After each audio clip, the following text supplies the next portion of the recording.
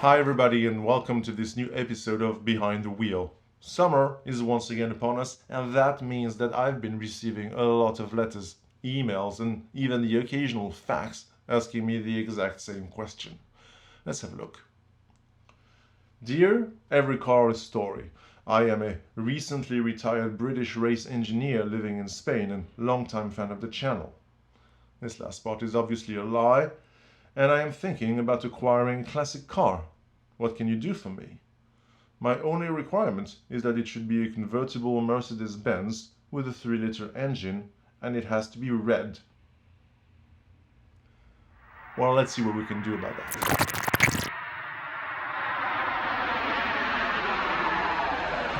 This is the Costa Blanca in southern Spain. It is home to many retired British people, as well as some of the best mountain roads in all of Europe. And this is a Mercedes 300L-24V R129. And let me tell you something about it. It's bloody fantastic. And it should be. When the car was new, it cost about €100,000, which in today's money is about 210,000. And for this kind of cash, you could get yourself an entry-level Aston Martin DB11 Coupe or an Audi R8 Spider.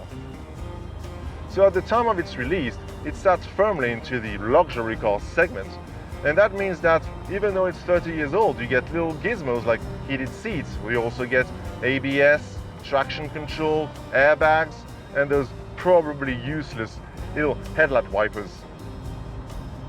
I wonder what happened to those. You don't see them around anymore. Okay.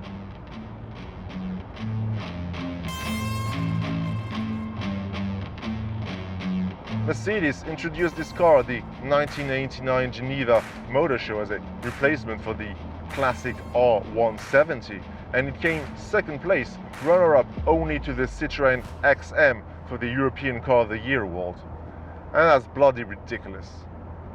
Let me tell you something, there is a special place in hell for the people who made this decision.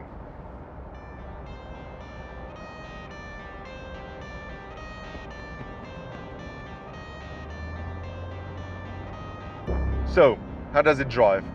Well, despite having a 3-liter inline-6 engine making 231 horsepower and being rear-wheel drive, as every car should be, this is not what you would call a fast car. You see, because it is quite bulky and because it has a clever hydraulic retractable roof, it weighs a hefty 1.8 tons, which makes it more of a cruiser than a performance car. And you wouldn't want it any other way. When you're behind the wheel of one of these, you want to relax and enjoy the road. The 3-speed automatic gearbox is there to help you, as people look at you with envy as you drive by them in classic 90s style. If you ask nicely though, the car will do 0 to 60 in a not too dreadful 8.4 seconds, which is, believe it or not, the same as a 2019 Honda Jazz Sport, but flat out it will reach 150 miles per hour, that's 240 kph. But if you want to do that, I suggest you invest in a hardtop, at least if you want to be able to hold a conversation in the cabin. If this is not fast enough for you though, you can get a model with a V8 or even a 7.1 AMG V12. But that's a bit overkill if you want my opinion. And with the price of petrol these days, this might not be something your pension will agree with. Now, to the styling that, in all honesty, might not be for everyone. 90s cars are kind of stuck in design limbo at the moment. They are not old enough for their design to have become really retro and exciting, and not quite recent enough to look cool by modern standards. I, for one, am a big fan of the boxy design that was popular in the 90s, and the 80s revival spearheaded by Stranger Things will only be relevant for a few more years. So the 90s are next, and I think the boxy style will come back into fashion very soon.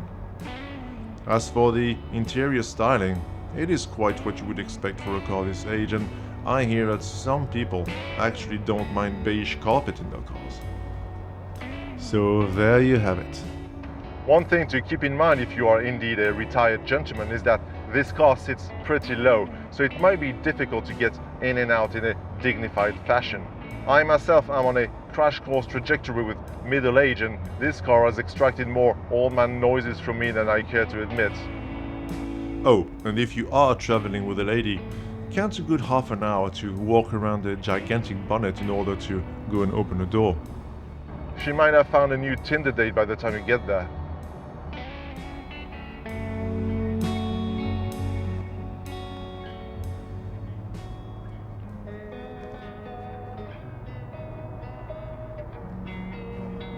Now for a little bit of trivia. The 300L did create some controversy when Lady Diana decided to sell her Jaguar XJS in order to buy one of these, creating public outrage as to whether a member of the royal family should be able to drive a foreign car. The Daily Mail didn't like that. Not one bit of it. And that's not a bad conversation starter when you bump into other petrol heads at the car meet, is it? So, should you get yourself a 1992 Mercedes 300L-24V R129? Damn right you should. This is one of those cars that make you feel quite special, and I bet that if you were to pull over in Monte Carlo in one of those, you would get more attention than if you were driving something vulgar like a Lamborghini or a McLaren. This is a proper gentleman's car. And you know what? If it was good enough for Bruce Willis in Death Becomes Her, good movie by the way, you should watch it, I think it's good enough for everybody else. Now if you don't mind, I'll just drive home in the sunset for a spot of tea and a gin and tonic by the swimming pool. This is Spain after all. Or you know what? Maybe I'll just keep driving for a while.